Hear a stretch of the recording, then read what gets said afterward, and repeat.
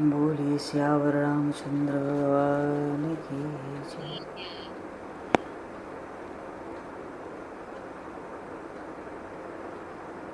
पवन सुत हनुमान की जय। बाबा विश्वनाथ की जय। पंढरीनाथ भगवान की जय। श्रीमद्भागवत महापुराण की जय। श्रीमन्नाम महाराज की जय। श्री रामचरितमानस महाराज की जय। श्री गंगा मैया की जय। जमुना मैया की जय। सरजू मैया की जय। सब संतन की जय, सब भक्तन की जय, समस्त वैष्णवन की जय, समस्त पूर्वाचार्य चरणन की जय, समस्त संप्रदाचार्यन की जय। श्री सद्गुरुदेव भगवान की जय। तुलसी मैया की जय। काशी महारानी की जय। पृथ्वी माता की जय। श्री वृंदावन प्रेम धाम की जय। श्री अयोध्या धाम की जय। श्री कनक भवन बिहारी बिहारिणी जी महाराज की जय। जय जय श्री सीताराम। जय जय श्री राधेश्याम। नमः पार्वती पते हर हर महादेव। हरि शरणम। भक्तवांक्षा कल्पतरु शरणागत वत्सल भक्त वत्सल असंख्य कल्याण गुण करने लय श्री राम राजा सरकार की असीम कृपा करुणा से संपूर्ण राम दरबार की भाव में उपस्थिति में एवं आप सभी श्रद्धालु भक्त वैष्णवों के मंगलमय और पावन सन्निधि में महापुरुषों के परम अनुग्रह से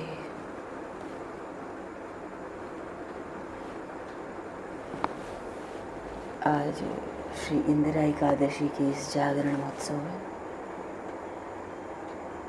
सभी भक्तजनों का आदर सत्कार स्वागत। बड़े सौभाग्य से एकादशी जागरण में सम्मिलित होने का जीव को अवसर प्राप्त होता है, सौभाग्य लाभ प्राप्त होता है। इसकी अपार महिमा है।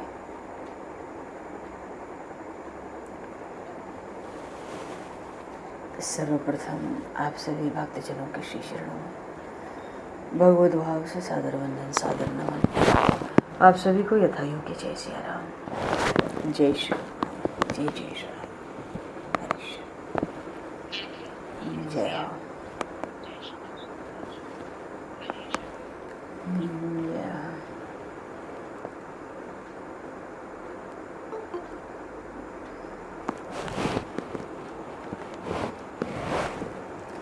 बोली श्री काशी महारानी की जय।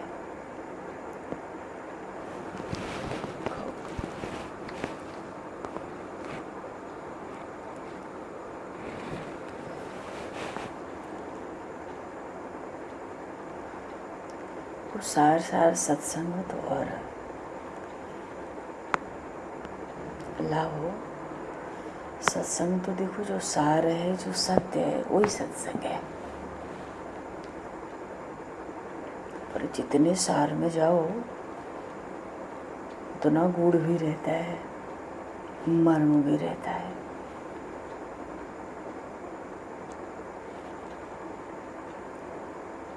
अच्छा, एक बात है,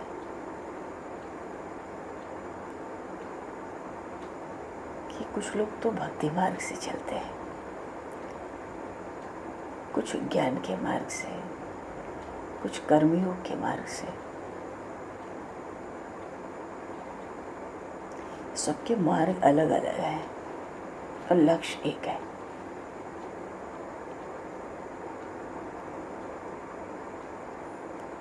पर तीनों मार्गों में जो भगवान के प्रेम की प्राप्ति, भगवत प्राप्ति की पूर्व की जो अंतिम सीढ़ी है वो एक ही है।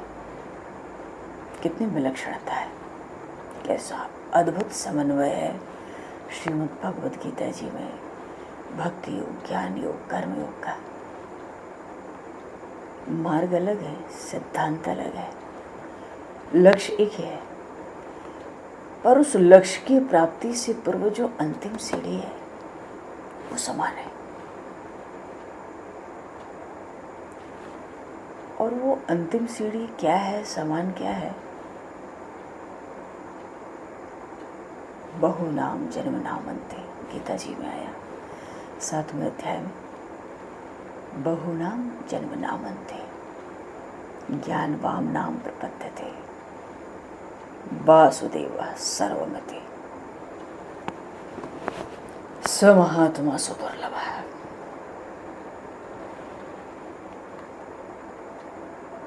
बहुत जन्मों के अंत के जन्म है।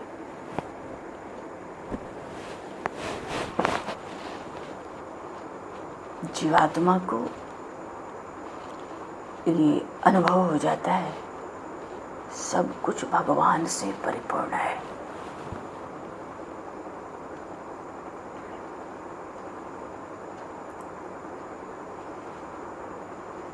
भीतर भी भगवान, बाहर भी भगवान, बीच में भी भगवान, आगे भी भगवान, पीछे भी भगवान, कण कण में, रज रज में, अणु अणु में।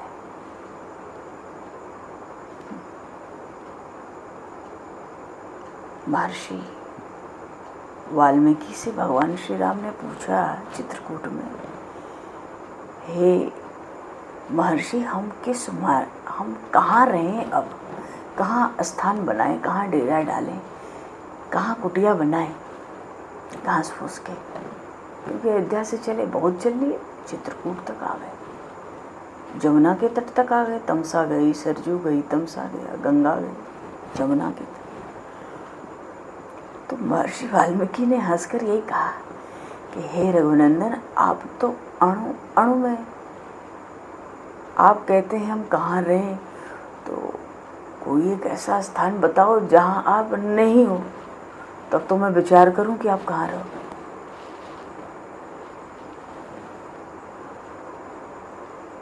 भगवान कण कण में व्याप्त है।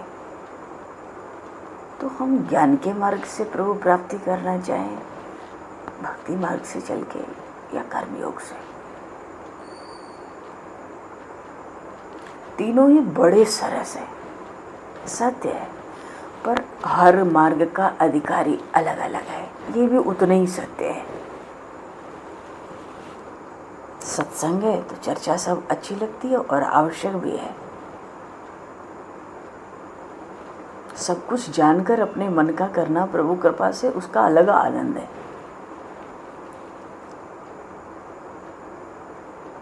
तो तीनों मार्ग की अंतिम सीढ़ी है, सब कुछ भगवान से परिपूर्ण है।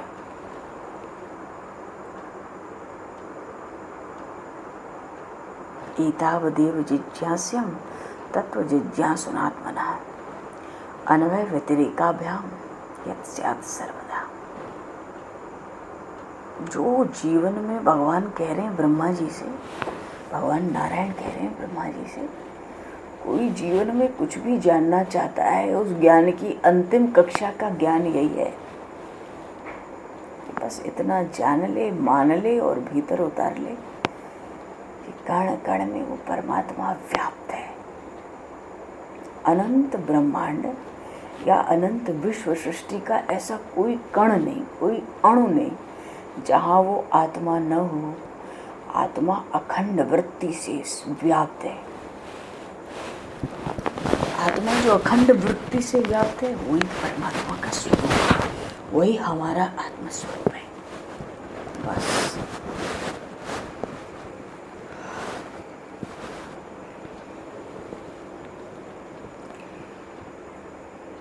एक बार पंढरीनाथ भगवान के दर्शन के लिए संत ज्ञानेश्वर जी महाराज और नामदेव जी महाराज के, तो जब दर्शन करके लौट रहे थे तो भगवान विट्ठलनाथ साथ में चल पड़े। प्रभु ने ज्ञानदेव जी से, नामदेव जी से कहा, तुम जाते हो, चलो मैं भी चलता हूँ, तुम्हारे साथ चल के कूर्मदास का दर्शन करेंगे। भगवान कह रहे ये कुर्मदास कौन है? जिनके दोनों हाथ दोनों पैर नहीं है, इनके कछुए की तरह अपने स्थान से पंडरीनाथ के दर्शन को गए थे। एक बार प्रबोधनी एकादशी थी, 7 कोस दूर ही रह गए, पहुंच नहीं पाए। भगवान से कहा हम नहीं पहुंच पाए, तुम तो आ सकते हो, तुम तो कण कण में। भगवान वहां प्रकट हुए थे। बोलिए श्री पंडरीनाथ भगवान की जय। पंढरपुर में तो एकादशी ऐसा लगता है होली दिवाली से बड़ा मेला है, और इस चौमासे की एकादशी 8 तो क्या पूछना है। प्रबोधनी एकादशी को तो 5 लाख से ज्यादा लोगों की भीड़ होती है। क्या जागरण, क्या उत्सव है, सबसे बड़ा उत्सव है एकादशी। हर 15 दिन में आ जाए एकादशी। तो भगवान कुर्मदास जी के पास ज्ञानेश्वर जी महाराज से नामदेव जी से कहे तुम जाते हो, चलो रास्ते में हम कुर्मदास के दर्शन करते जाएंगे। सोचो, जिसके दोनों हाथ दोनों पैर नहीं है, भगवान के पास जा रहा है, न जाने कितने कोस कितने मील से आ रहा है। तो अभी वो नहीं आ रहे, अभी अपने स्थान में जहाँ है, भगवान कहते वहाँ दर्शन करेंगे उसका, चलो। तो संतों ने कहा चलो भाई। ये पंडरीनाथ भगवान बड़े प्रेमी हैं अपने भक्तों के, अपने रसिकों के। बड़ी विलक्षणता है इनकी शरणागति की, इसीलिए तो कमर कस के खड़े हैं। आ जा भाई, किसको कलिकाल का डर है, आ जा। किसको माया का उत्पात हो रहा है, आ जा। किसको ये कलियुग उपद्रव मचा रहा है, आ जा। अशरण शरण दया के धाम, मुझे भरोसा आप करो। अच्छा, पंडरीनाथ भगवान जब चले तो रास्ते में सांवता माली का स्थान था। अरे ये सब गजब विलक्षण संत है।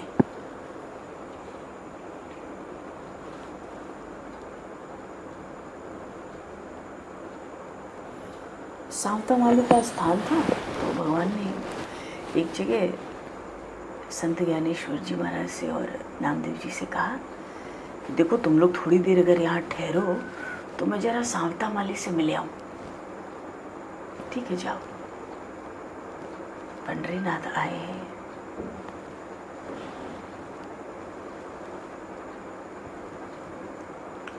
और आके सांवता माली तो अपनी कुटिया के बाहर बैठ के भगवान का, उन्हीं का ध्यान कर रहे थे।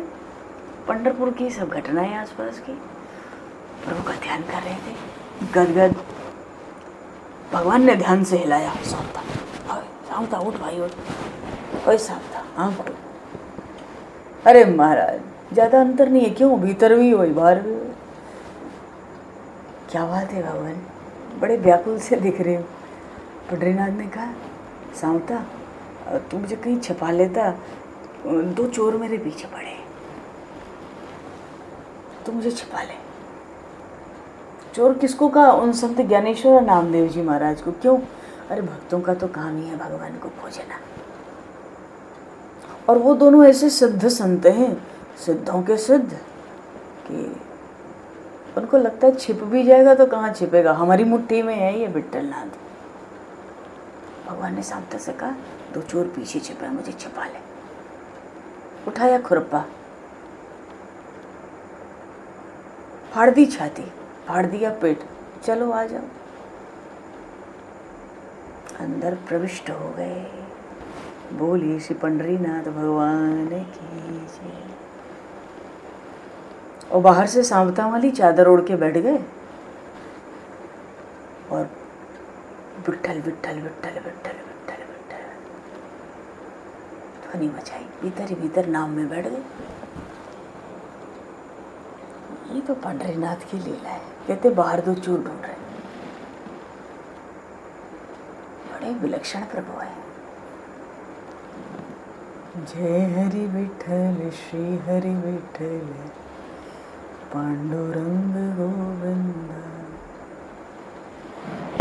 जय हरि विठ्ठल श्री हरि विठ्ठल पांडुरंग गोविंदा।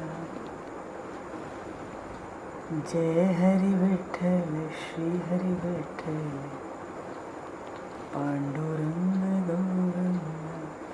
जय हरि विठ्ठल श्री हरि विठ्ठल पांडुरंग गोविंद जय हरि विठ्ठल श्री हरि विठ्ठल पांडुरंग गोविंद जय हरि विठ्ठल श्री हरि विठ्ठल पांडुरंग गोविंद जय हरि विठ्ठल श्री हरि विठ्ठल पांडुरंग। अब दोनों संत परेशान हो गए खोजते खोजते। गए थे सांवता माली पे, वहीं चलो ना। सांवता जब सांवता माली को देखा ना उन संतों ने, तो देखा कि ऐसी नाम निष्ठा में मगन है। समझ गए भगवान आस पास हैं। जीव की जब विलक्षण नाम निष्ठा हो जाती, भगवान दूर रह ही नहीं सकते। दोनों संत कहते हैं, देख विलक्षण नाम निष्ठा में बैठा है ये सांवता माली। भैया सांवता, ओ भैया सांवता, हाँ हाँ, जय विठ्ठल जय विठ्ठल जय विठ्ठल। ओ भैया सांवता, ओ पंडरीनाथ के दर्शन करा दे।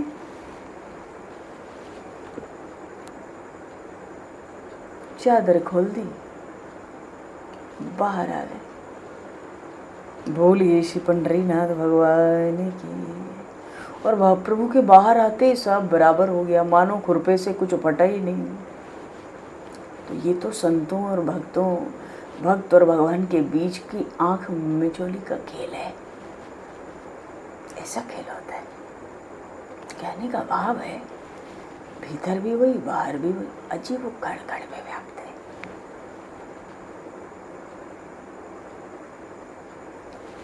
आज एकादशी है और श्राद्ध के भी दिन चल रहे हैं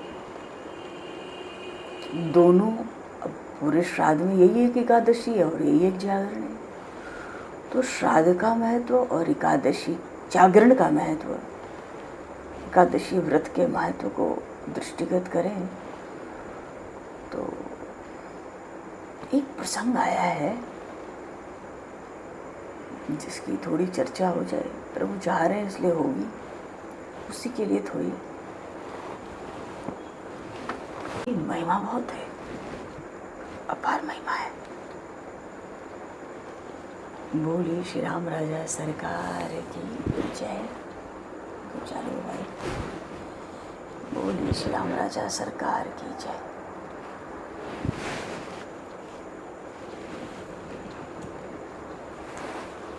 आध्यात्म रामायण एक रामायण है।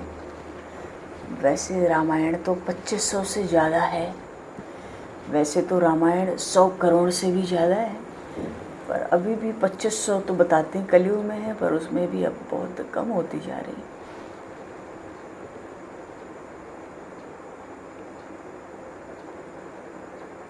ये हमारे संसार के लोक परलोक के भोग कब समाप्त होंगे? हम कब आगाएंगे भाई? जब हम विरक्त हो जाएंगे।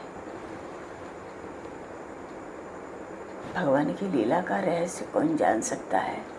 मूकम करोति वाचालम पंगुम लंघते गिरिम यत् कृपा तमहम वंदे परमानंद माधवम।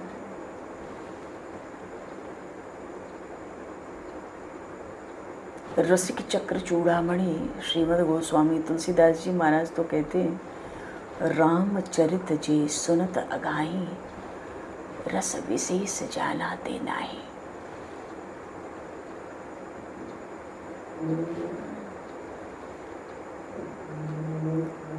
बड़े बड़े ऋषि मुनि महात्मा सिद्धगण आजन्म भगवान के लीलाओं के रहस्य का मनन करते हैं, पार नहीं पाते। इतना गूढ़ है ना। पर जो भी है, बड़ी मधुर, बड़ी मनमोहिनी, बड़ी कल्याणमयी भगवान की लीलाएं। और जो रसिक जन संसार के सब भोगों को छोड़कर अपनी आयु एकमात्र भगवान के लीलाओं के अनुशीलन में लगाते हैं, लीला चिंतन में, लीला चरित्र श्रवण में, वो अत्यंत बड़भागी है। क्योंकि वो कभी अघाते ही नहीं, भगवान की लीला माधुरी का स्वादन करते कराते पर अघाते नहीं। इसलिए गोस्वामी जी ने कहा, रामचरित जे सुनत अघाई, रस विशेष जाना देना है।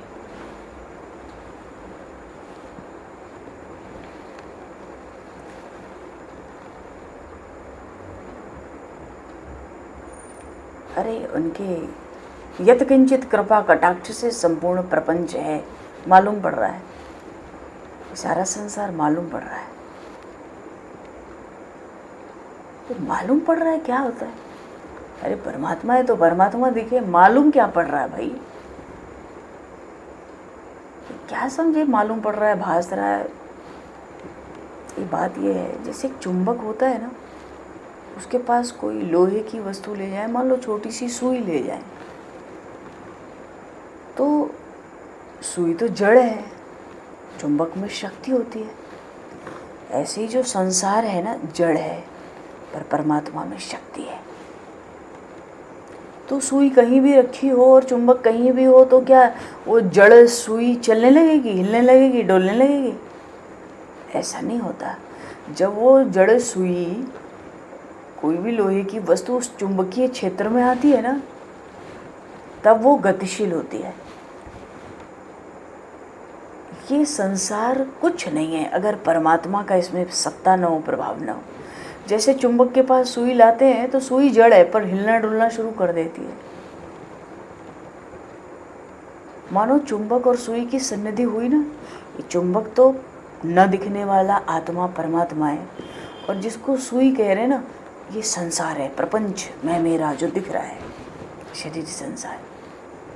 तो शरीर संसार गतिशील चलता फिरता, ये तो जड़ है, विनाशी है, क्षणभंगुर है, दुखरूप है, और चलता फिरता एकदम भासता है, लगता ही नहीं परमात्मा, क्योंकि इसके भीतर परमात्मा की सत्ता है। जैसे चुंबक न हो तो सुई गतिशील कैसे हो जाएगी, पड़ी पड़ी? वो तो जड़ है। दोनों की सन्निधि हो गई, चुंबक की और सुई की। ध्यान दे रहे हो ना? थोड़ा ध्यान दो। चुंबक और सुई की सन्निधि हो गई, पर इस सन्निधि को कराया किसने? उन योग माया ने, उन महामाया ने, जिनको भगवान की परा प्रकृति कहते हैं। इनका काम है जीव को भगवान के सम्मुख करना। ये भगवान की आह्लादनी शक्ति है।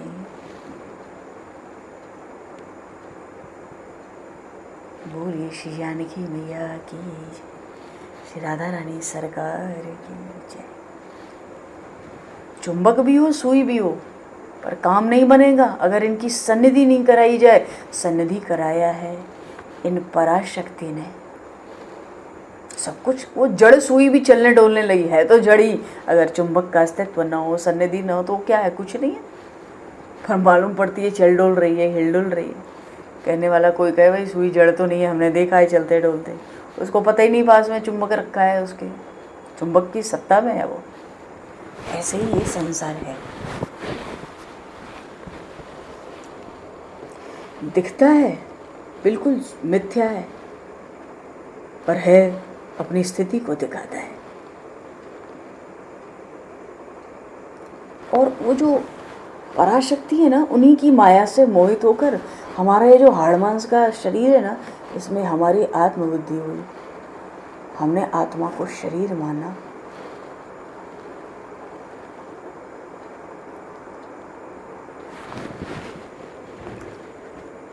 विषय तो रात के लिए थोड़ा सा क्लिष्ट है, पर थोड़ा सा ध्यान दो ना।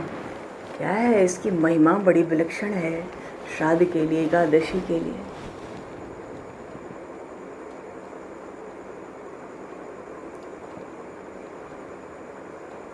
भगवान श्री राम मूर्तिमान आध्यात्म तत्व है।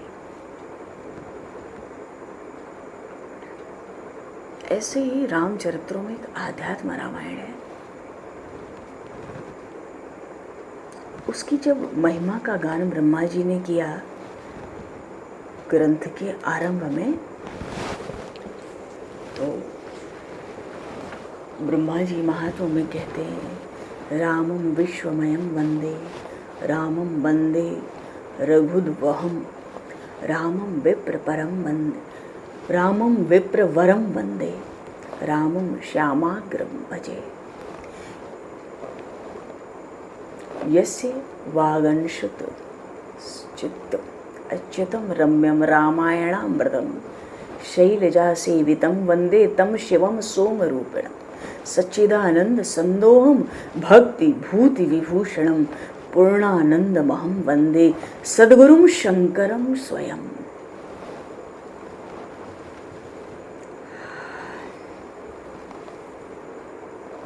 ज्ञान स्वरूप है ना, मनवाणी के विषय थोड़ी है। भगवान सदाशिव को नमस्कार है।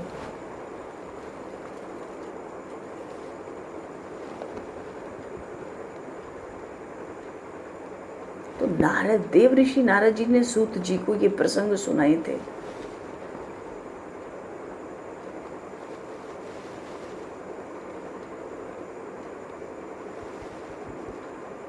अरे देव ऋषि नारद तो बाल सूर्य के समान है।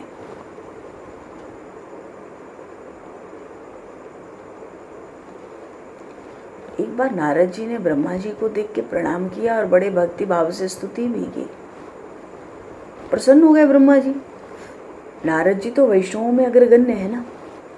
ब्रह्मा जी ने कहा जगत पिता जी ने कि मैं प्रसन्न हूँ, तुम क्या पूछना चाहते हो, मैं तुमसे वो सब कहूँगा। नारद जी कहते हैं शुभ अशुभ कर्मों का खूब विस्तार तो हम आपसे बहुत सुन चुके हैं। अब हमको दूसरी बात सुननी है, एक ही बात, और मुझ पर आपकी कृपा है। कृपा है तो गोपनीय होने पर भी मुझे सुनाइए भैया, क्योंकि घोर कलयुग आ रहा है। मनुष्य पुण्य कर्म छोड़ देंगे, सत्य भाषण से विमुख हो जाएंगे, दुराचार करेंगे, निंदा में तत्पर रहेंगे, धन की इच्छा रखेंगे, पर स्त्री में चित्त लगाएंगे, पराई हिंसा करेंगे। ये तो कलयुग का स्वरूप है। तो ये मूर्ख मनुष्य तो अपने शरीर को ही आत्मा मानते हैं, नास्तिक जैसे। पशुओं के समान बुद्धि है, काम के गुलाम है, स्त्री के भक्त है, माता पिता के द्रोही है। तो ऐसे नष्ट बुद्धियों का परलोक किस प्रकार सुधरेगा? क्योंकि नारद जी के चित्त में ये चित्त इस चिंता से कह लो निरंतर व्याकुल रहता था। इसलिए अवसर पाके देवऋषि नारद जी ने जगत पिता ब्रह्मा जी से पूछा कि जो ऐसे कलयुग में बिल्कुल भ्रष्ट हैं उनका परलोक कैसे सुधरे। तो ब्रह्मा जी तो कमलासन है ना, कमल के आसन पे बैठते हैं। कहते बड़ी अच्छी बात पूछी, मैं बतलाता हूँ, श्रद्धा से सुनना। पर देखो एक बात है, बहुत पहले ये जो भक्त वत्सला भगवती पार्वती हैं,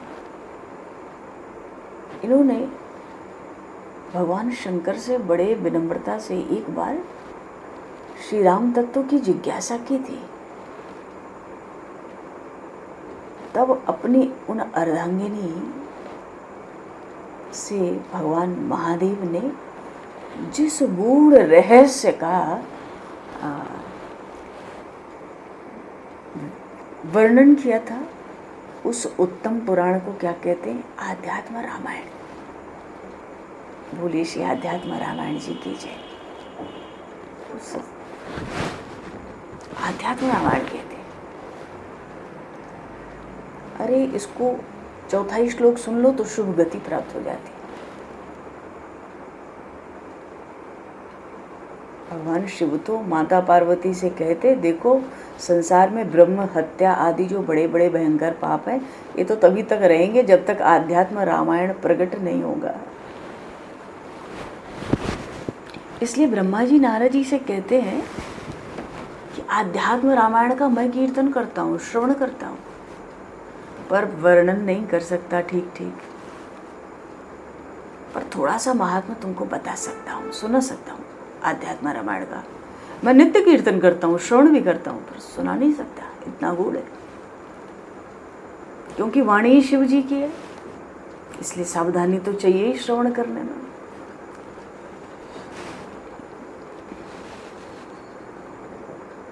ब्रह्मा जी कहते हैं कि भाई आध्यात्म रामायणतः श्लोकम श्लोकार्धमेव वा, यह पठेत भक्ति संयुत स पापून मुच्चेत क्षणात्। अध्यात्म रामायण का आधा श्लोक भक्ति से भी कोई पढ़े तत्क्षण पाप से मुक्त हो जाए। और जो भक्ति के साथ पढ़े, नित्य पाठ करे, नित्य पढ़े, अनन्य बुद्धि से सुने, यथाशक्ति सुने, वो तो जीवन मुक्त कहलाता है। ऐसी महिमा है अध्यात्म रामायण की। जो रोज अध्यात्म रामायण का पूजन करे अश्वमेध यज्ञ का फल होता है। और जो नियम से न कहे सुने, अनादर से कहे सुने, तो भी सब पाप से छूट जाता है। कोई पास जाकर नमस्कार करता है, सब देवताओं की पूजा का फल पाता है। ये ब्रह्मा जी सुना रहे।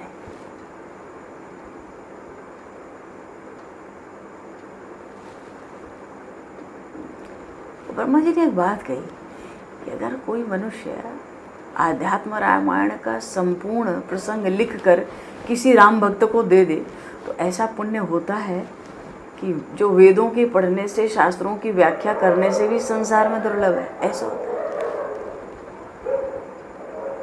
और जो नर श्रेष्ठ है, जो श्रेष्ठ मनुष्य राम भक्त एकादशी को उपवास करके सभा में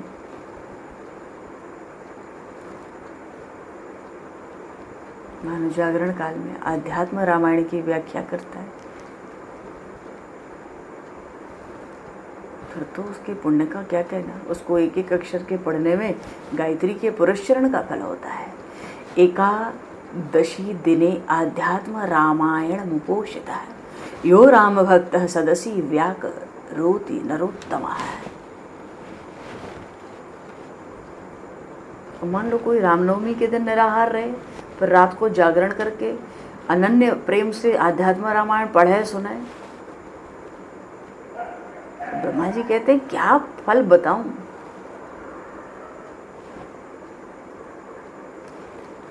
भाव ये है कि जो नित्य ही प्रसन्न मन से आध्यात्म रामायण गाथा सुनता है, अरे इंद्र आदि देवता उसकी आज्ञा की प्रतीक्षा करते हैं। महाराज आज्ञा करो, कैसी विलक्षण।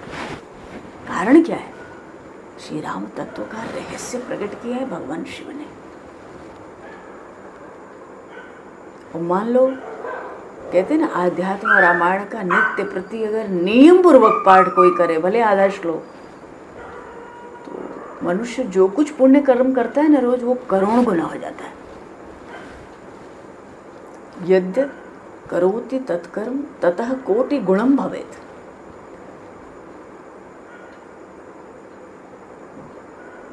इसमें दो विषय बड़े विलक्षण हैं। एक तो आरंभ ही हुआ, उसका विषय प्रसंग का नाम ही है श्री राम हृदय। कहते हैं कि कोई ब्रह्म हत्यारा भी हो ना, किसी को ब्रह्म हत्या लग गई, 3 दिन पवित्र होकर श्री राम हृदय का पाठ कर ले, ब्रह्म हत्या से मुक्त हो जाता है। और कोई अपनी इच्छित फल किसी को न मिलता हो तो हनुमान जी की प्रतिमा के सामने प्रतिदिन 3 बार मौन होकर राम हृदय का पाठ कर ले, सब इच्छा पूरी होती, कोई बच नहीं जाएगी। वो मानो कोई पीपल या तुलसी के पास श्री राम हृदय का पाठ करे, एक एक अक्षर पर ब्रह्म हत्या जैसे महापातक दूर होते। कहने का भाव है, ब्रह्मा जी कह रहे हैं श्री राम गीता यत पापम न नाश्यति नारद तन्न नश्यन्ति तीर्थादौ लोके क्वापि कदाचन तन्न पश्यामहं लोके मार्ग माणोपि सर्वदा। दूसरा प्रसंग जो है इसमें थोड़ा पीछे जाकर श्री राम गीता, ये वो राम गीता नहीं है रामचरितमानस के उत्तरकांड की, ये थोड़ी अलग है, बहुत अलग है। तो एक तो राम हृदय का महात्मा विशेष रूप से ब्रह्मा जी ने सुनाया, और दूसरे श्री राम गीता का। अरे श्री राम गीता के विषय में तो ब्रह्मा जी कहते हैं कि इसका महात्मा पूरा पूरा तो भगवान महादेवी जी ही जानते हैं, उसका महात्मा तो मैं कह नहीं सकता। अच्छा, जितना महादेव जी जानते हैं उसका आधा पार्वती जी जानती है, और उनसे भी आधा मैं जानता हूँ।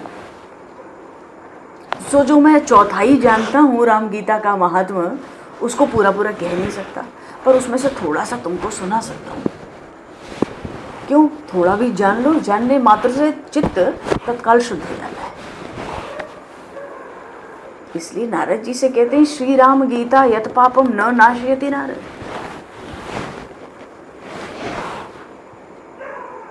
कोई ऐसा पाप हो तीर्थों में नष्ट न हो। तो राम गीता के पाप से, राम गीता के पाठ से कोई पाप ऐसा संसार में है ही नहीं जो नष्ट न हो। कि ब्रह्मा जी कह रहे हैं ऐसा कोई पाप ही नहीं है जो राम गीता के पाठ से नष्ट न हो जाए। देखो श्रीमद् भगवद गीता भगवान श्री कृष्ण ने कही, कैसे कही जी?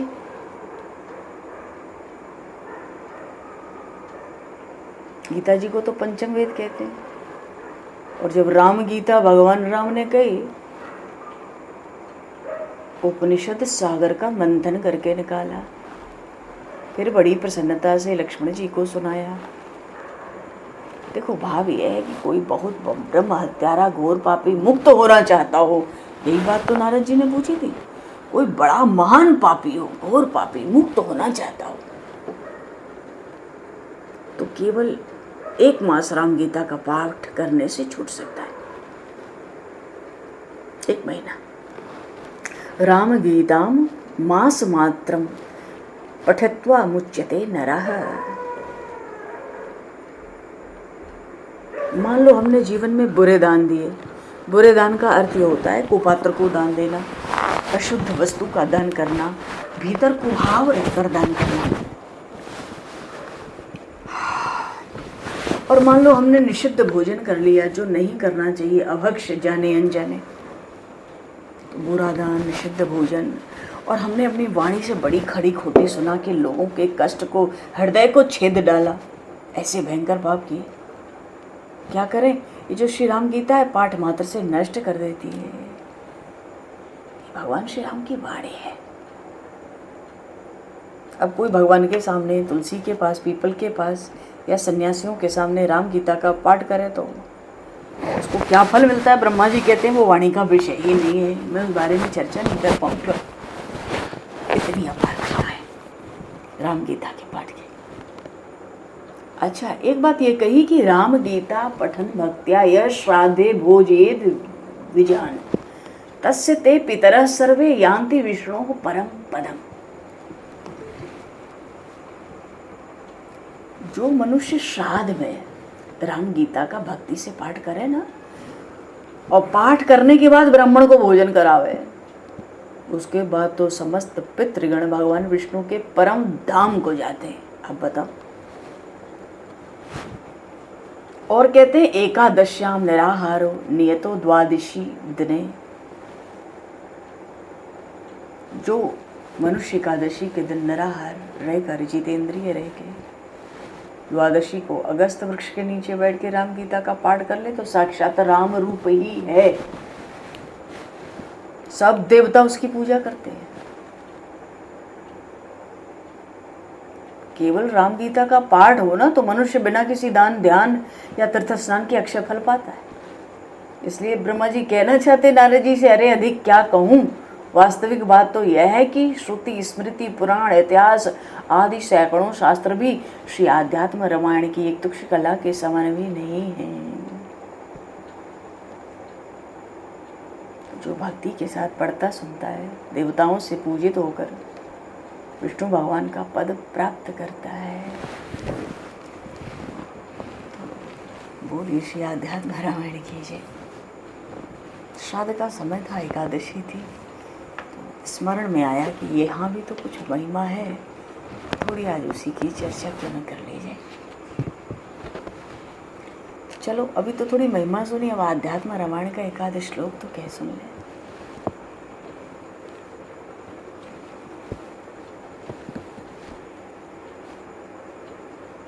ततो जगन मंगल मंगलात्मना विधाय रामायण कीर्ति मुत्तताम तमाम चचार पूर्वाचरितम रघुत्तमो राजर्षि वर्यैर्भिसेवितम यथा। और सौमित्रिणा पृष्ठ उदार बुद्धिनाम रामः कथा प्राह पुरातनी शुभा। भगवान शिव कह रहे हैं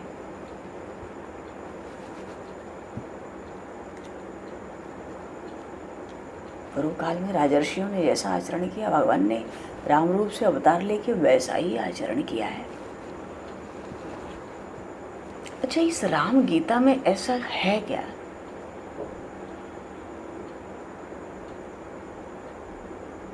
लक्ष्मण जी भगवान श्री राम को प्रसन्न कर रहे हैं। कहते हैं जो आपके चरण कमलों के लिए, चरण कमलों में भौरा बन जाता है, ऐसे परम भागवतों के सहवास के रसिकों को ही आप ज्ञान दृष्टि देते हैं और ज्ञान दृष्टि से दिखलाई देते हैं। क्यों? हे प्रभु, योगी जन जिनका निरंतर चिंतन करते हैं, ऐसे संसार से छुड़ाने वाले उन आपके चरण कमलों की मैं शरण में हूं, तो कृपा करके मुझे उपदेश दीजिए। लक्ष्मण जी को क्या उपदेश है? ये तो आचार्य चरण है, पर संसार कल्याण की भावना के लिए चाहिए, संसार के कल्याण के लिए चाहिए। तरह तरह से प्रशंसा की, भगवान के गुण गाया। अहम प्रपन्नोस्मि पदाम्बुजं प्रभो भवापवर्गम तव योगी भावितम। तो ऐसा कुछ ज्ञान का उपदेश मिले, अंधकार का नाश हो जाए।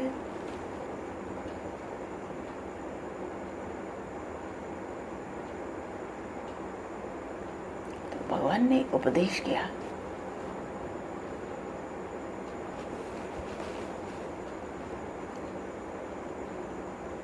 उस उपदेश का सार ये है कि हमारी समस्त इंद्रियां विषयों से निकल आवे, फिर भीतर बाहर उस परमात्मा तत्व का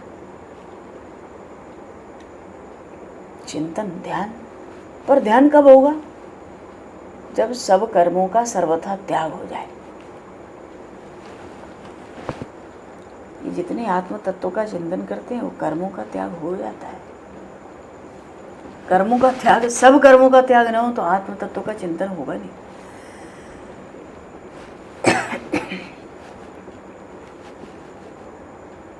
जब तक माया है तभी तो हम लोग की शरीर में आत्मबुद्धि है, आत्मभाव है। कर्तव्य कर्मों का वेद के अनुसार अनुष्ठान है, पर परमात्मा के स्वरूप को जान लेने पर समस्त कर्मों को छोड़ ही देना चाहिए। छोड़ दिए जाते हैं। क्यों? अरे जब आत्मा परमात्मा का भेद ही दूर हो गया, सब इधर बाहर प्रकाश ही प्रकट हो गया, तो कर्म कौन करेगा? क्या कर्म करेगा? जब दो होगा, कुछ आवश्यकता होगी, जब तो कर्म करेगा, नहीं तो क्या कर्म करेगा भाई? भगवान श्री राम का भाव यही है। अच्छा, अध्यात्म रामायण की जो भाषा शैली है वो इतनी क्लिष्ट है, बहुत क्लिष्ट मालूम पड़ती है। भगवान कहते हैं परमार्थ तत्व का चिंतन, लेकिन जब तक सब विषय छूट नहीं जाएंगे ना, संसार से पूर्ण विरक्ति न हो, निवृत्ति न हो, तब तक पूरी बात नहीं बनती। क्योंकि वो भगवान तो ज्ञान स्वरूप है, निर्मल है, अद्वितीय है। हाँ, एक बार ज्ञान हो जाए तो फिर तो अविद्या जन्म जन्मांतर के लिए नष्ट हो जाती है। ये कभी भाव आ ही नहीं सकता कि मैं किसी भी कर्म का करता हूँ। कर्ता भोक्ता भोक्ता भरता सब खत्म। अरे मोक्ष के लिए भी जीव कर्म नहीं करता। मोक्ष का साधन क्या है? ज्ञान। कर्म तो है नहीं। ज्ञानम विमोक्षाय न कर्म साधनम। मोक्ष का साधन ज्ञान ही है, कर्म नहीं है। इसलिए भगवान कहना चाहते हैं कि देखो, जिसके चित्त में, अंतःकरण में विकार नहीं है ना, जिसका अंतःकरण शुद्ध है और बड़ा विवेकी है मनुष्य, सब करने योग्य कर्मों को भी विधि पूर्वक त्याग दे। कर्मों का त्याग एक ही स्थिति में आज तक कहा गया है, परमात्मा तत्व के चिंतन में। और ये अंतिम सीढ़ी है।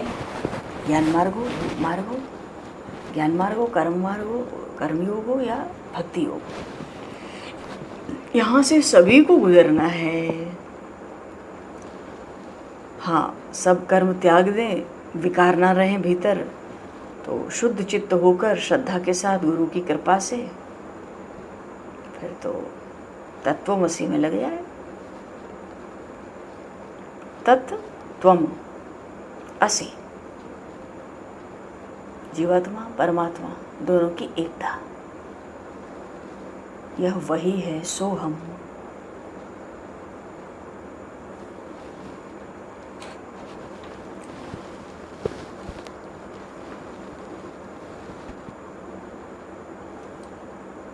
भगवान श्री राम ने राम गीता में एक जगह कहा, जैसे नारियल होता है ना, डाब, उसके भीतर जल होता है, जल पी लो, उसको फेंको, तो संसार में सार तो परमात्मा है, उसको ग्रहण करो, संसार को फेंको, है ही नहीं हो। नारियल तो है भी इसलिए फेंकना है, संसार तो है भी नहीं जिसको फेंकना है। पर सार क्या है संसार का? परमात्मा कण कण में व्याप्त है। हरि व्यापक सर्वत्र समाना, प्रेमते प्रकट हो ही मैं जाना। डाब फेंको, परमात्मा, नारियल का पानी पी लो, परमात्मा को ग्रहण कर लो, संसार को फेंको। पित्वा यथाम्भवः प्रजहाति तत्फलम, ये भगवान राम ने ये उदाहरण दिया है। नारियल का पानी पियो, नारियल फेंको।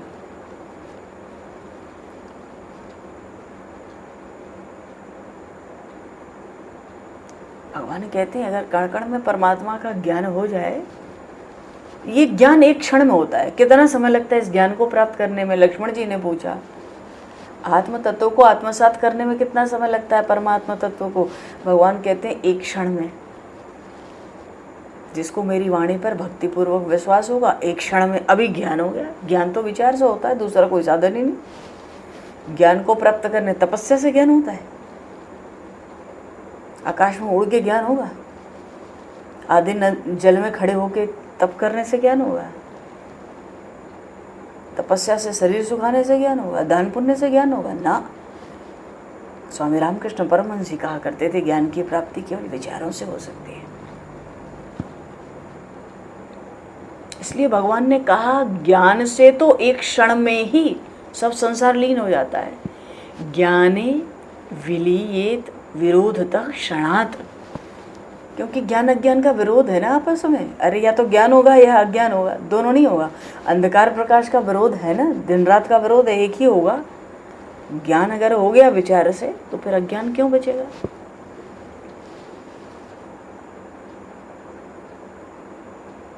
जन्म मरण क्यों होता है? शरीर को आत्मा मानने से, राग द्वेष करने से, सुख दुख की बुद्धि से जन्म मरण संसार होता है। ज्ञान से अगर अभाव हो जाए तो बात खत्म।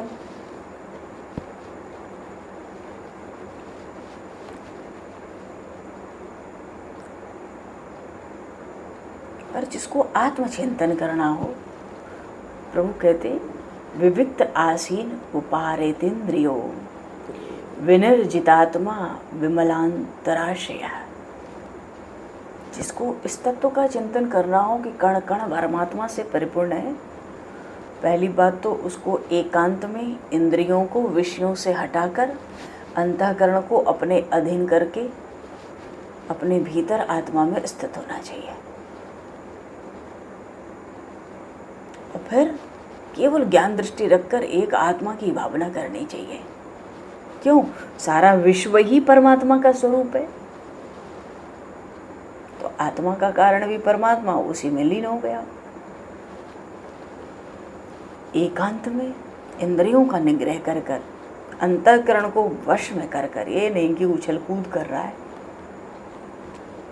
और फिर भीतर ही हमारे ऋषि मुनि आँख खोल के थोड़ी कुछ करते थे।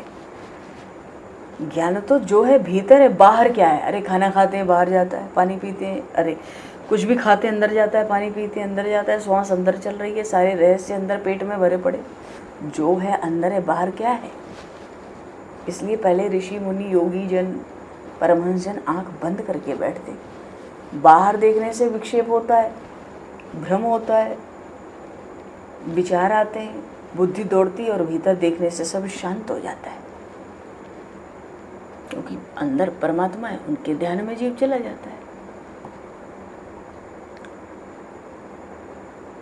तो प्रभु श्री राम तो चाहते हैं कि एवं सदा जात परात्मन भावना हो, निरंतर इसी भावना में, आत्मा के आनंद में मगन रहना चाहिए। सब प्रपंच खत्म। भागवत के नारायण कवच के में या उसके आसपास कहीं एक श्लोक आया, यथा ही भगवानेन वस्तुतः सद सचेयत सत्य नाने न सर्वे यान्तु नाशम उपद्रवा। सब कुछ भगवान ही है, तो ये जानकर हमारे जीवन के सब उपद्रव नष्ट हो जाए, फिर क्या बचा है। यथा ही भगवानेन वस्तुतः सद सचेत सत्य नाने न सर्वे, यदि ये सत्य है, सत्य नाने न सर्वे यान्तु नाशम उपद्रवा, सब उपद्रव जीवन के नष्ट हो जाए। जो मिलेगा भीतर ही मिलेगा, जो है भीतर ही है, बाहर कुछ नहीं है। बाहर अब आप कहो, हम सोचें कि अंदर परमात्मा है तो बाहर भी तो है, पर आँख खोलेंगे तो जगत दिखेगा ना, तो वहाँ विक्षेप होगा, वहाँ निवृत्ति नहीं बचेगी, प्रवृत्ति हो जाएगी। ये बढ़िया आदमी है, ये बढ़िया चीज़ है, अरे ये बहुत बुरा स्थान है, देखो आँख खोलो, बस देखो, देखते जाओ, और आँख बंद करके भीतर आनंद आ जाए तो बस सारा दृश्य प्रपंच उसी में लीन हो जाता है, भीतर समाप्त। मनुष्य जीवन मुक्त स्वरूप हो जाता है, और बस अपना प्रारब्ध भोगता रहता है, आनंद लेता है। अच्छा, एक बात भगवान ने कही, क्योंकि कहा ना कि ज्ञान योग, भक्ति योग, कर्म योग की अंतिम सीढ़ी है, इसलिए भगवान यहाँ कहते हैं, यावन पश्ये दिखलम मदात्मकम तावन मदाराधन तत्परो भवेद। जब तक सारा संसार मेरा ही रूप दिखलाई न दे, तब तक निरंतर मेरी आराधना। पर हे लक्ष्मण, जो श्रद्धालु होगा ना, और जो उत्कट भक्त होता है ना, भगवान श्री राम कहते हैं, उसे अपने हृदय में सर्वदा मेरा ही दर्शन होता है। और प्रभु ने तो राम गीता को सुनाई तो ये भी कहा, तुम मेरे बड़े प्रिय हो, कि जितनी श्रुतियां हैं ना, सबका सार इस गुप्त रहस्य में मैंने निश्चित करके तुम्हें सुना दिया, कह दिया। और जो बुद्धिमान मनुष्य होगा इसका मनन करेगा। मनन किया नहीं कि तत्काल सब पापों से मुक्त हो गया। हे लक्ष्मण, जो कुछ जगत दिखाई दे रहा है सब माया है, इसको अपने अंदर से निकाल दो, जगत को भावना से चित्त को शुद्ध करो, सुखी रहो, आनंद से पूर्ण रहो, कलेश रहे ही ना। पर भगवान ये चाहते हैं, कहा है कि मेरे निर्गुण का तो जो ध्यान करते हैं, पर कभी कभी मेरे सगुण स्वरूप का भी सेवन करो। सबके लिए कहा, करो का अर्थ क्या है? लक्ष्मण जी तो आचार्य चरण है, भगवान सगुण श्री राम के ही सेवक है। कहते हैं पर सगुण निर्गुण दोनों का तालमेल जमता है तो भगवान का पूरा प्रभाव प्रकट होता है, क्योंकि सब तो भगवान का ही रूप है। तो भगवान कहते हैं, जिस भक्त के हृदय में सगुण रूप का प्रेम हो, भक्ति हो, और निर्गुण का प्रभाव हो, वो भक्त तो अपनी चरण की रज से सूर्य के समान तीनों लोगों को पवित्र कर देता है। इसके भीतर निर्गुण का भी प्रभाव हो और सगुण का भक्त हो। तभी तो गीता जी में जगह जगह भगवान ने कहा, भक्ति और प्रभाव के रहस्य को जानकर भक्ति करो। वो यही बात है। प्रभाव प्रकट होता है निर्गुण ब्रह्म से, विशेष रूप से, वहां तो केवल प्रभाव ही है। और प्रेम हो जाए सगुण ब्रह्म का, भक्ति हो जाए सगुण ब्रह्म की। भगवान कहते हैं, ऐसा भक्त तो अपने चरण की रज से 3 लोक पवित्र करता है। और ये जो तुम्हें बात ज्ञान सुना रहा हूँ, ये तो सब श्रुतियों का एकमात्र सार है। हाँ, गुरु भक्ति से संपन्न होकर श्रद्धा के साथ पाठ हो। विज्ञान में दखिलम श्रुतिसार मेकम वेदांत वेद्य चरणेन ममैव गीतम यह श्रद्धया परिपठेत गुरु भक्तिर्युक्तो मद रूप मेति यदि मद वचनेश भक्ति है। कहते हैं गुरु भक्ति, अरे गुरु से ज्ञान भी मिले। अब गुरु है प्रभु श्री राम, लक्ष्मण जी ज्ञान ले रहे हैं। गुरु भक्ति से संपन्न होकर श्रद्धा के साथ भगवान कहते हैं यदि मेरे वचनों में प्रीति होगी, क्योंकि प्रभु श्री राम ही सुना रहे, गुरु स्थान पर तो वही है ना। भगवान श्री राम कहते हैं यदि मेरे वचनों में प्रीति होगी तो वो मेरा ही रूप हो जाएगा। पर श्रद्धा के साथ मेरी वाणी में प्रेम रखकर इस सार तत्व को धारण कर ले।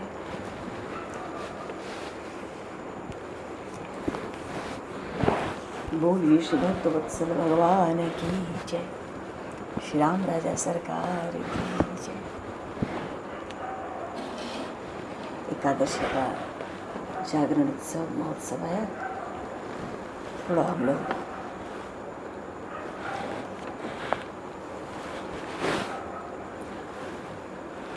बोलिए श्री काशी महारानी की जय।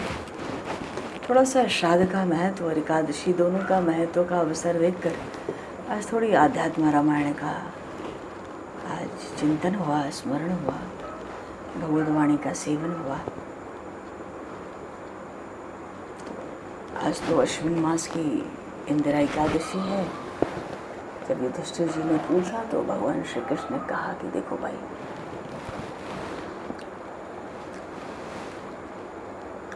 एक तो पितरों की प्रसन्नता के लिए मध्याह्न काल में भगवान के सामने विधि पूर्वक श्राद्ध करने की आज परंपरा है।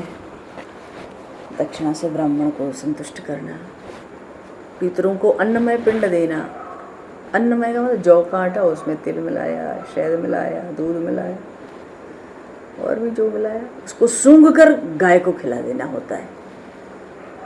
क्यों? आज कोई ब्राह्मण अन्न तो खाएगा नहीं, इसलिए भगवान ने ही उपाय बता दिया कि पितरों को दिया हुआ अन्नमय पिंड, तुरंत पिंड बनता है जौ के आटे में,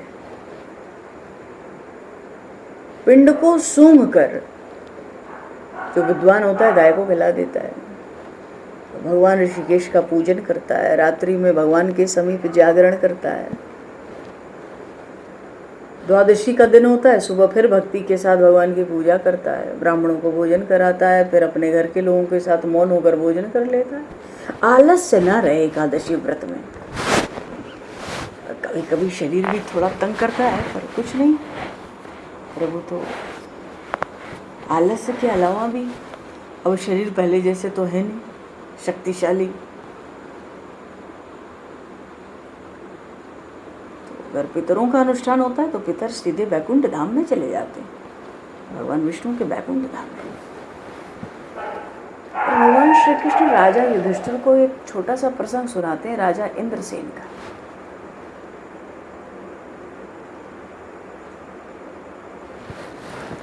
राजा इंद्रसेन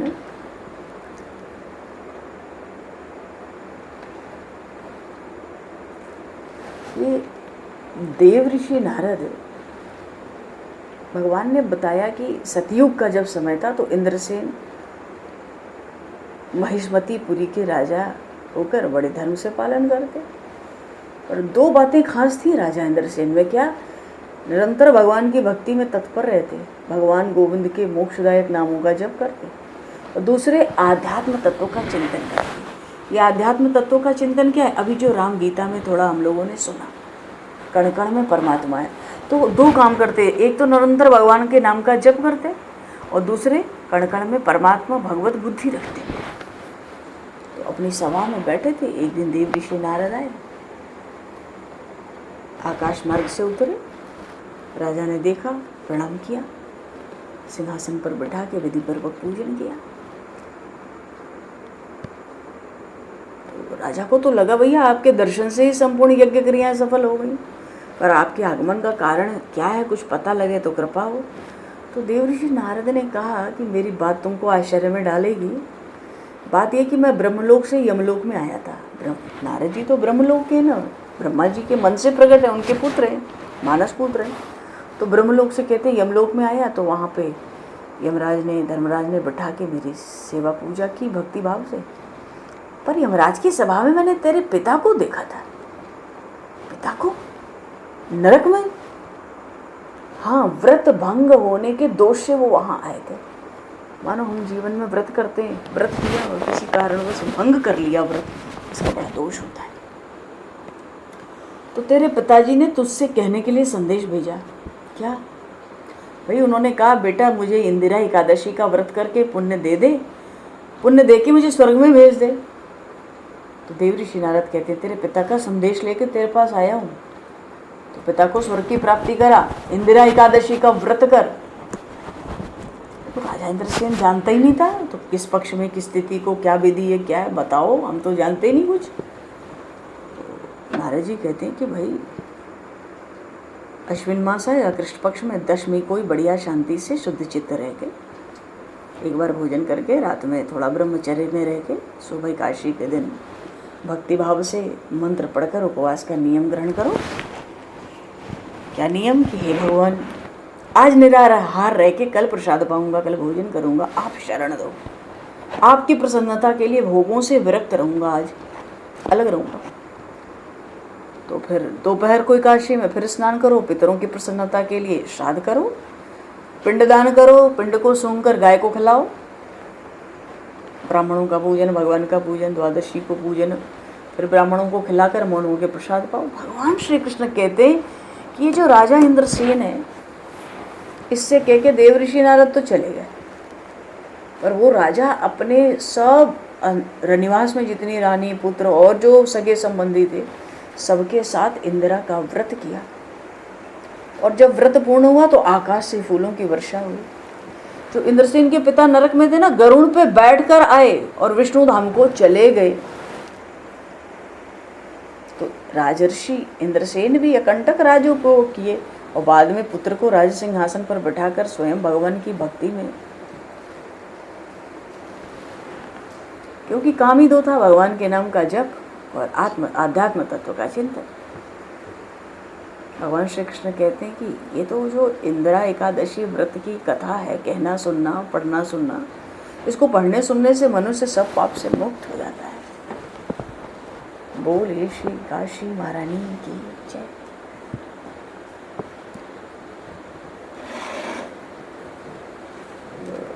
तुलसी स्तोत्र करेंगे, बस पहुंचा है कि नहीं सबके पास, थोड़ा देखो पहुंचा।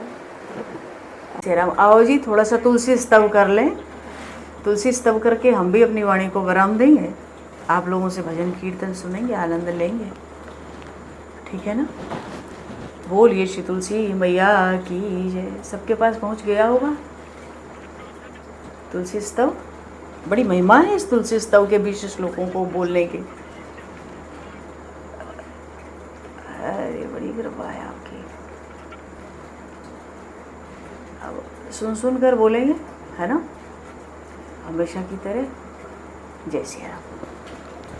बोलिए श्री तुलसी मैया की जय। तुलसी दल पास रखेंगे, स्पर्श करने के लिए भी थोड़ा आवाज़ बंद कर लें। मैंने बंद किया था अभी, क्योंकि आप अपने में बोल लें, आवाज़ हमें नहीं आ रही है स्पष्ट कुछ, अगर आप कह रहे हैं तो लिख कर कह सकते हैं। हरिश्चरण। बोलिए श्री तुलसी मैया की जय। इंदिरा एकादशी महान पर्व की जय। जागरण महोत्सव की जय। मुनय सिद्ध गंधर्वाः पाताले नागराट स्वयं प्रभावं तव देवीशि गायन्ति सूरसत्तमा। न ते प्रभावं जनन्ति देवताः केशवादृते। गुणानां परिमाणन्तु कल्पकोटिशतैरपि। कृष्णानन्दात् समुद्भूता शिरोदमथनोद्यमे। उत्तमांगे पुरा एन तुलसी विष्णुना धृता।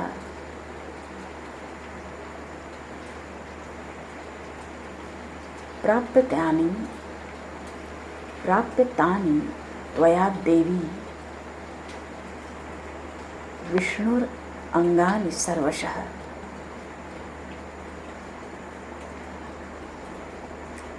पवित्रता त्वया प्राप्ता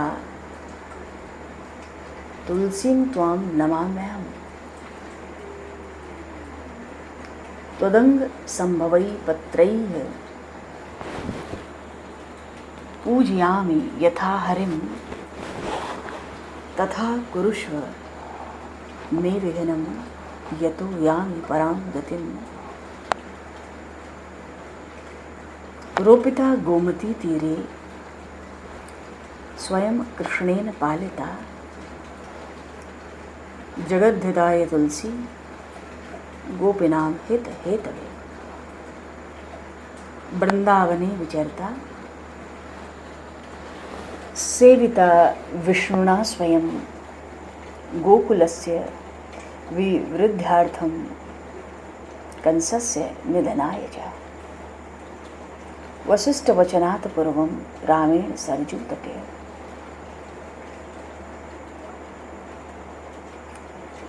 राक्षसानां वधार्थाय रोपिता त्वं जगत्प्रिये। रोपिता तपसो वृद्धे तुलसी त्वां नमाम्यहम्। वियोगे राघवेन्द्रस्य ध्यात्वा त्वां जनकात्मजा, अशोकवन मध्ये तु प्रियेण सह संगता। शंकरार्थं पुरा देवी पार्वत्या त्वां हिमालये रोपिता सेविता सिद्धै तुलसी त्वां नमाम्यहम्। सर्वाभिः देर्वपत्नीभिः किन्नरैश्चापनन्दने दह स्वप्ननाशनार्थे सेविता त्वं नमोस्तुते। धर्मारण्ये गयायां च सेविता पितृभिः स्वयं। सेविता तुलसी पुण्या आत्मनो हितमीक्षता। रोपिता रामचंद्रेण सेविता लक्ष्मणेन च, पलिता सीताय भक्त्या तुलसी दंडके वने। त्रैलोक्य व्यापिनी गंगा यथा शास्त्रेषु गीयते, तथैव तुलसी देवी दृश्यते सचराचरे। दर्शन कर लें तुलसी मैया का, तुलसी दल का, मंजरी का ध्यान कर लें कुछ भी। ऋष्यमुखे च वसता कपिराजेन सेविता, तुलसी बाली नाशय तारा संगम हेतवे।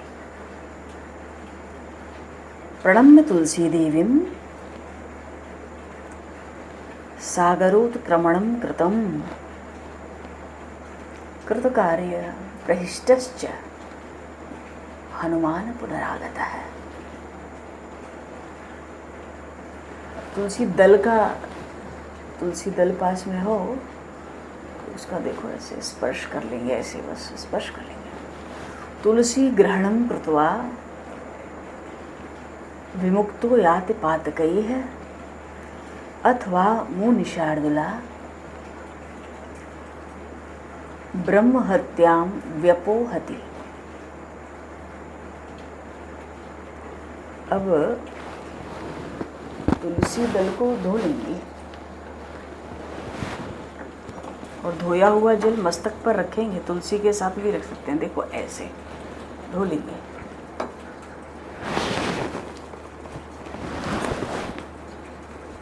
तुलसी पत्र गलितम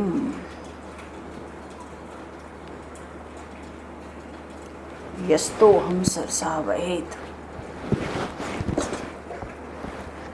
गंगा स्नानम अवान पोती। दशधेनु फलप्रदम, उस जल को मस्तक पर रख लेंगे।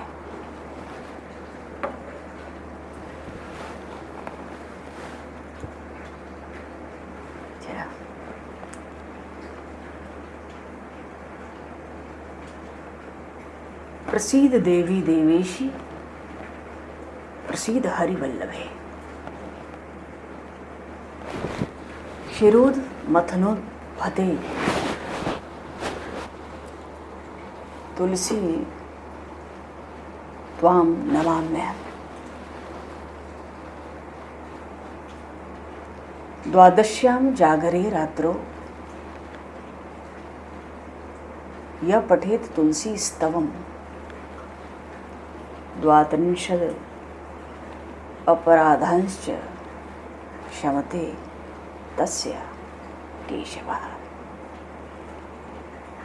इति पद्मपुराणे षष्ठीखंडे श्री तुलसी स्तव संपूर्ण।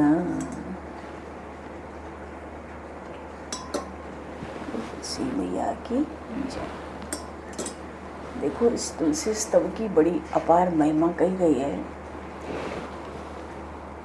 पद्म पुराण के षष्ठी खंड के अध्याय 61 में महिमा बताते हुए ब्रह्मा जी बड़े बड़े ऋषियों से कहते हैं कि इस तुलसी स्तव के 20 श्लोक का उच्चारण मात्र भी हो जाए तो मनुष्य ने बाल्यावस्था, कुमारावस्था, यौनावस्था, युवावस्था, वृद्धावस्था में जो भी पाप किए होते सब नष्ट हो जाते, केवल उच्चारण मात्र से सब नष्ट हो जाते। अच्छा, इसका उच्चारण करते समय उच्चारण को सुनकर भगवान बड़े संतुष्ट होते, दिव्य सुख प्रदान करते हैं। जो उच्चारण करता है उसके हृदय में भगवान की अविचल भक्ति प्रकट होती है। भक्तों के साथ, वैष्णवों के साथ कभी उसका वियोग नहीं होता। देखो, भक्त वैष्णव साथ रहेंगे तो भक्ति चलती रहेगी, धीरे धीरे ही सही। भक्तों का संग छूटा, सत्संग छूटा तो सीताराम। और जो उच्चारण करते हैं, ब्रह्मा जी कहते हैं जी, उनकी बुद्धि कभी भी अधर्म में नहीं जाती। बोलिए श्री तुलसी मैया की जय, एकादशी महारानी की जय। तो समय को दृष्टिगत करते हुए,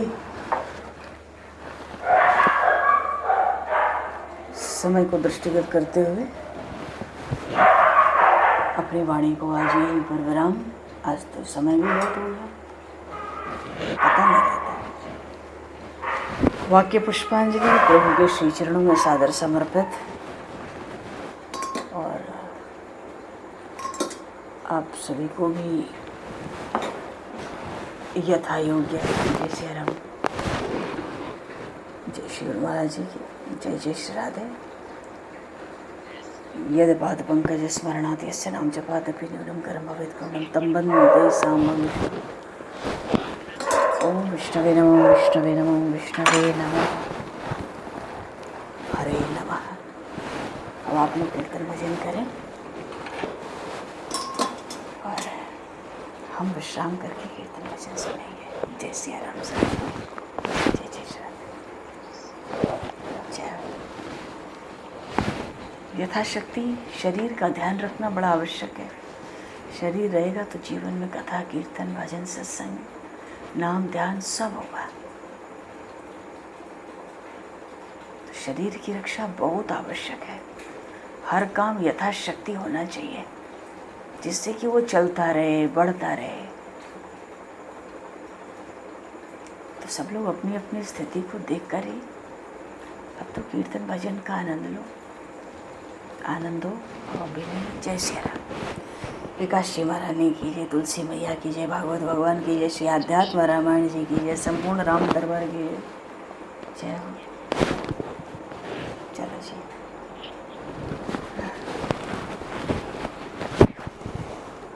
हरिशरणम, हरिशरणम। जय श्री